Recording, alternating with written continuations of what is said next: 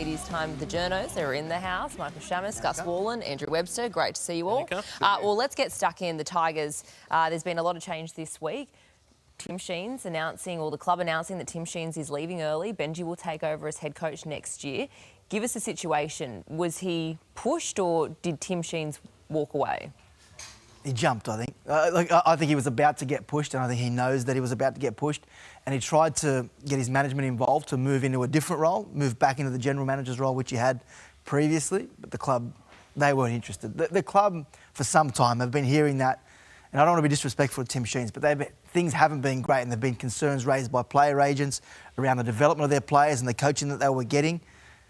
And they didn't want Tim Sheens involved in the club. And they didn't want it to seem like they were... Well, if this went 3 more weeks, I'm telling you now, Tim Sheens would have been pushed. But the management of Tim Sheens came to them and said to them, we want to renegotiate, we want to restructure his position at the club and move him back into that head of football. And the Tigers didn't want a bar of it. They just thought it was an opportunity then to cut ties with Tim Sheens and move on. He was going to get pushed.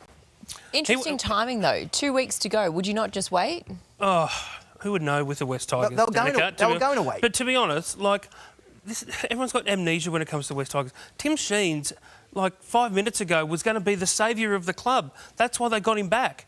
And the way that they've slowly drawn his power away in the last 2 years to basically where he had to go, it was untenable for him. Basically, really the last 6 months. But what they've done to him. If I'm Benji Marshall, I would not be thinking I can get through next season with any confidence at all, given the way the West Tigers like to pull the trigger on not just. We're not just talking about coaches. We're talking about their favourite sons. They're just trashing their own brand and their own legends. Sort of glass half full. They did win yesterday, which was great, and that's sort of a nice start, I suppose, for Benji. So let's look at it as that. And he's come out and said he's got lots of support from a lot of experienced coaches. So let's get in behind Benji now, and I'm sure the fans will. It's interesting to note that when the Tigers announced this, they said that Tim Sheens will be leaving at the end of the season. Who is coaching at the moment? Oh, Benji's coaching. Benji's been coaching for the last few weeks. The thing is, he hasn't had clear air.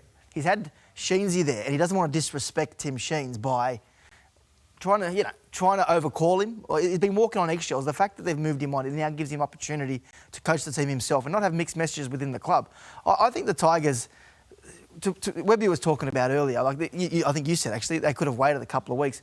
Reality is, they've made this decision a couple of months ago, and I don't know how they get around it, because the point is they made a mistake hiring Tim Sheens. That's what but what's worse, they make a few mistakes. What's worse, Webby? Waiting another year and leaving Tim Sheens. Just get another coach and sack him. We'll sack Benji next year as well. We'll just sack him every second year. That's what's going on. That's what's been going on at the West. Well, make the right appointment in the first place. I don't disagree. That's probably the best starting point. I don't disagree. After making the wrong choice, that's the best thing they could have done, which is what they've done now. Now you've got to get in behind Benji. Can you see the club backing Benji for a number of years?